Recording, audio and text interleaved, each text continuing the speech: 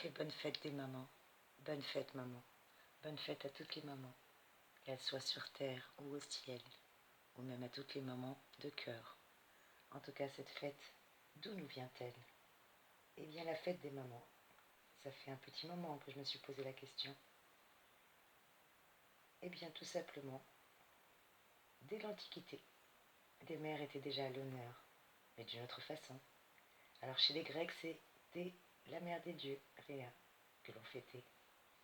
Les Romains, quant à eux, au 5e siècle avant Jésus-Christ, rendaient hommage aux femmes et aux mères. Et cette fête portait le nom de Matralia. Elle célébrait Mater Matuta, la déesse de l'aube et de l'enfantement. Elle avait lieu le 11 juin, au moment où l'on se rapproche du solstice, presque d'été. Au XVIe siècle, c'est l'Angleterre qui fête le Mothering Sunday. Cette tradition ne réapparaît qu'au XVIe siècle en Angleterre. Les Anglais instituent alors le Mothering Sunday, le dimanche des mères. Cette fois, il s'agit de donner le droit aux domestiques des grandes familles anglaises d'avoir un jour de repos afin de se retrouver en famille.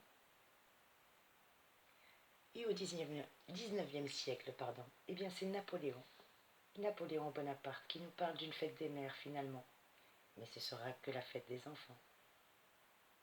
Ce n'est qu'au XIXe siècle que la fête voit le jour en France.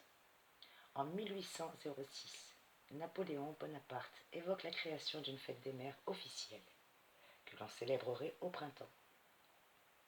Mais l'idée tarde à se mettre en place. En 1897, l'Alliance nationale contre la dépopulation lance une autre idée, une fête des enfants, afin de mettre en avant l'importance de la fécondité et de mettre à l'honneur la famille. Donc, c'était encore loupé. Au XXe siècle, première journée des mères. Et oui, c'est à l'union fraternelle des pères de famille, je répète, c'est bien à l'union fraternelle des pères de famille méritants d'Arthas que nous, mesdames, nous avons le droit aujourd'hui d'avoir cette journée. Eh bien oui, c'est à l'union fraternelle des pères de famille méritants d'Arthas que l'on doit pourtant la toute première célébration de la fête des mères. Le 10 juin 1906, l'Isère décide alors de récompenser les mamans les plus méritantes, le tout dans une véritable ambiance de fête, avec des défilés dans les rues, totalement décorés. Et plus tard, le 16 juin 1918, le colonel de la Croix-Laval va instaurer la première journée des mères officielle à Lyon. Et là, c'est le début de la tradition. Avec le maréchal Pétain, et oui, avec le maréchal Pétain, la fête des mères devient officielle et nationale, le 25 mai 1941. Le maréchal Pétain institue définitivement la journée nationale des mères. Après la Seconde Guerre mondiale, le 24 mai 1950, le président de la République, Vincent Auriol, a promulgué un texte de loi instituant la fête des mères. Elle est alors devenue fixée au dernier dimanche de mai. Et si cette date coïncide avec celle de la Pentecôte, eh bien la fête des mères a lieu le premier dimanche de juin, comme ça a été le cas pour nous aujourd'hui. Voilà un peu d'histoire, mes chers amis, ça fait toujours du bien. En tout cas, c'est cette loi qui dispose aujourd'hui de la République française qui rend officiellement hommage chaque année aux mères françaises au cours d'une journée totalement consacrée à la célébration de toutes les mamans. Et oui, c'est la fête des mères, qui a même été organisée par le ministre chargé de la Santé. Alors aujourd'hui, la tradition veut également, dans certaines familles, que les mères reçoivent un cadeau ce jour-là ou des fleurs, ce qui est aussi un bon argument commercial pour les marques et les grands magasins. Mais ça fait toujours plaisir, une petite attention, et encore plus quand c'est quelque chose qui est fait main, ou c'est juste le geste qui compte, comme on dit si bien. Voilà, allez, j'ai fini de vous enquiquiner. En tout cas, si ça vous intéresse, eh bien vous faites comme moi, vous allez sur internet, je n'ai rien inventé, rassurez-vous.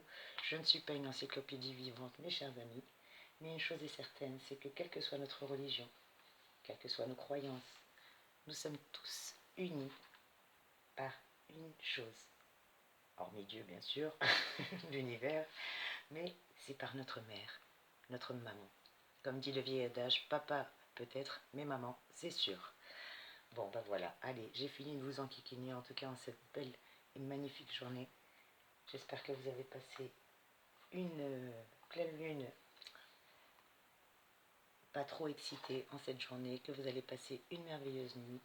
Et je tenais surtout, surtout à vous rappeler que nous sommes bénis, à ne pas en douter mes chers amis, et que vous pouvez prier toutes les moments, parce que nous avons un Dieu, et c'est le Dieu de tous.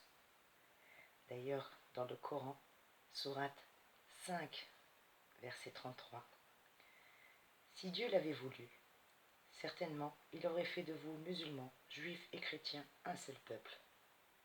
Mais il veut sûrement vous tester, vous éprouver dans ce qu'il vous a confié. Alors cherchez à vous devancer les uns et les autres, à rivaliser, mais en bonne action. Vous retournerez tous à Dieu. Il vous instruira au sujet de vos divergences de vues. Et d'ailleurs, quel est l'autre point commun que nous avons? Eh bien, c'est Marie, maman. Et oui, la Vierge Marie, même dans l'islam, elle existe et on l'appelle Mariam. Chez les Hébreux également. Donc, les trois religions, que vous soyez musulmans, que vous soyez chrétiens ou juifs, qu'importe, ou même bouddhistes, athées, qu'importe, vous êtes tous reliés par un Dieu et par une maman, à ne pas en douter. Et maman Marie, en cette magnifique journée, je tenais à me consacrer à toi, ma douce maman Marie. Comme je le fais tous les matins, mais aujourd'hui je crois que j'ai encore plus besoin de répéter cette prière. Si vous souhaitez la faire avec moi, n'hésitez pas, je vous la mettrai en dessous de la barre de description. C'est la prière de Saint Louis-Marie Grignon de Montfort. Je vous choisis. Ô Mère du divin amour, je vous choisis aujourd'hui, ô Marie, en présence de toute la cour céleste, pour ma mère et ma reine. Je vous livre et consacre en toute soumission et amour, mon corps et mon âme, mes biens intérieurs et extérieurs, et la valeur même de mes bonnes actions, passées, présentes et futures, vous laissant un entier et plein droit de disposer de moi et de tout ce qui m'appartient sans exception, selon votre bon plaisir et à la plus grande gloire de Dieu, dans le temps et l'éternité. Amen. Merci maman, Marie, merci à toutes les mamans d'exister. Je sais que c'est pas facile d'être une maman. J'ai été maman et papa pendant des années, donc je sais de quoi je parle. C'est l'expérience qui parle, et je ne suis pas la seule. Ma maman a élevé 8 enfants, dont un handicapé non-voyant.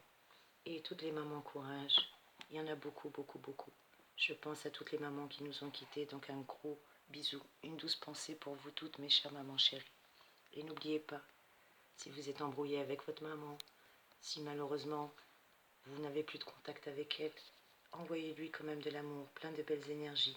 Même si vous n'avez pas la chance de la voir aujourd'hui, écrivez-lui une lettre, envoyez-lui une prière, des fleurs, ce que bon vous semblera, ou tout simplement invoquez la Sainte Vierge Marie, la maman de tout le monde, Mariam, Myriam, appelez-la comme bon vous semblera.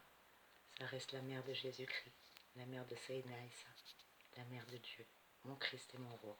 En tout cas, voilà, c'était le message que je voulais vous donner pour cette jolie fête des mères et surtout vous faire un gros bisou et vous souhaiter que du meilleur, que des belles choses. N'hésitez pas à invoquer Maman Marie, la mère du divin amour.